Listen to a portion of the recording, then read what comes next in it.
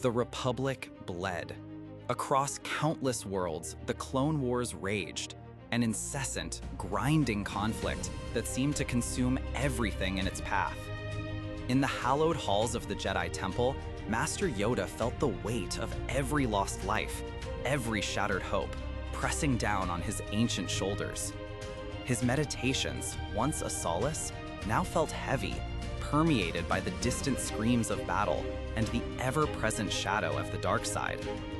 The Jedi, once guardians of peace, had become generals in a war they did not choose. They fought bravely, but the lines blurred with each passing day.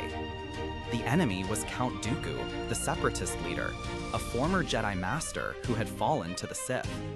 His cunning, his ruthlessness, seemed to perpetuate the bloodshed endlessly.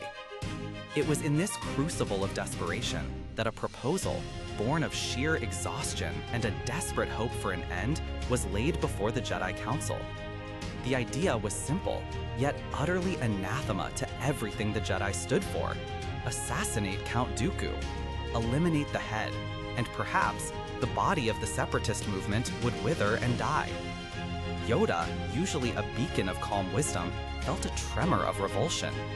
No, he had stated, his voice quiet but firm. To take a life, even that of a Sith Lord, in cold blood, this is not the Jedi way. It is the path of the dark side, one we cannot afford to tread. But the war had twisted everything. Other masters spoke, their voices laced with fatigue and an uncharacteristic pragmatism. They argued that Dooku was a mass murderer, a Sith Lord responsible for unimaginable suffering. His continued existence fueled the conflict. Was it not, they argued, a greater good to sacrifice one life, even if it meant compromising their principles, to save millions? The logic was chillingly compelling. It was a choice between the purity of their ideals and the salvation of the galaxy. Yoda listened, his eyes closed, the force around him a maelstrom of conflicting emotions. He saw the suffering, the inevitable defeat if the war continued unchecked. He saw the corrupting influence of the fighting itself, slowly eroding the Jedi from within. This mission, this terrible, abhorrent act, might be the only way to prevent a greater catastrophe. With a heavy sigh that seemed to carry the sorrow of 1,000 years, Yoda reluctantly agreed. It was a decision that would haunt him, a wound inflicted upon the very soul of the Jedi Order. The task of assassinating Count Dooku was given to Master Quinlan Vos.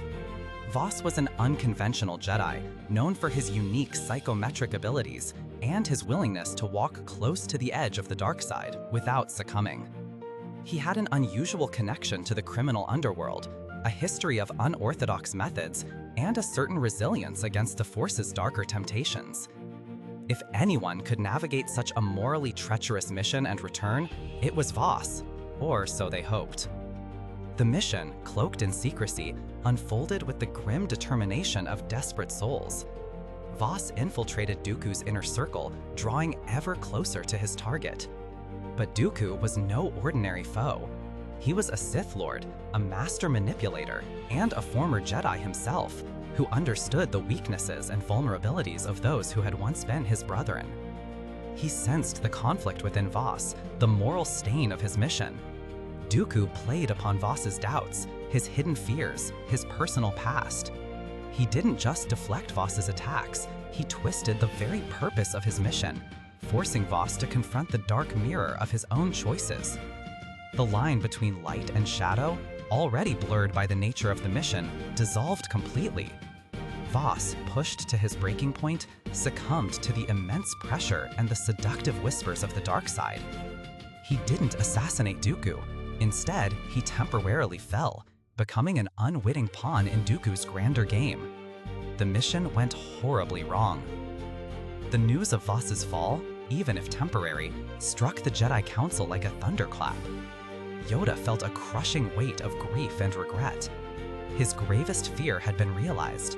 The attempt to prevent a dark outcome by compromising their core principles had not only failed, but had brought about an even darker consequence. They had sanctioned an act of darkness, and in return, darkness had claimed one of their own. It was a profound and bitter lesson. Yoda understood, perhaps more deeply than any other, that the war itself was a corrupting force. It wasn't just the Sith tempting individuals, it was the conflict, the violence, the constant struggle that eroded the Jedi's resolve and blurred their moral compass. They had tried to fight fire with fire, to use darkness to defeat darkness, and in doing so, they had scorched their own souls. This moment, this failure, this terrible compromise weighed heavily on Yoda. It crystallized his understanding of the perilous path the Jedi Order was on. He had seen the future, seen the shadows gathering, but this experience taught him that the Jedi's vulnerability wasn't just external, it was internal, a slow decay brought on by impossible choices forced upon them by overwhelming conflict. The burden of that decision, the dark price of war, never truly left him. It was a somber reminder that even the wisest, even those with the purest intentions, could be pushed into compromises that ultimately betray the very essence of who they were. It was a tragic testament to the corrupting nature of war, a dark lesson learned in the desperate hope for peace. The echoes of this lesson reverberated through the remaining days of the Republic, shaping Yoda's somber wisdom and his ultimate understanding of the Jedi's tragic fate. What are your thoughts on this dark chapter in the Jedi's history? Do you believe Yoda and the Council had any other choice, or was it an inevitable consequence of prolonged war? Share your perspectives in the comments below. And if you found this exploration thought-provoking, please consider following for more deep dives into the stories that shape our understanding of the Force.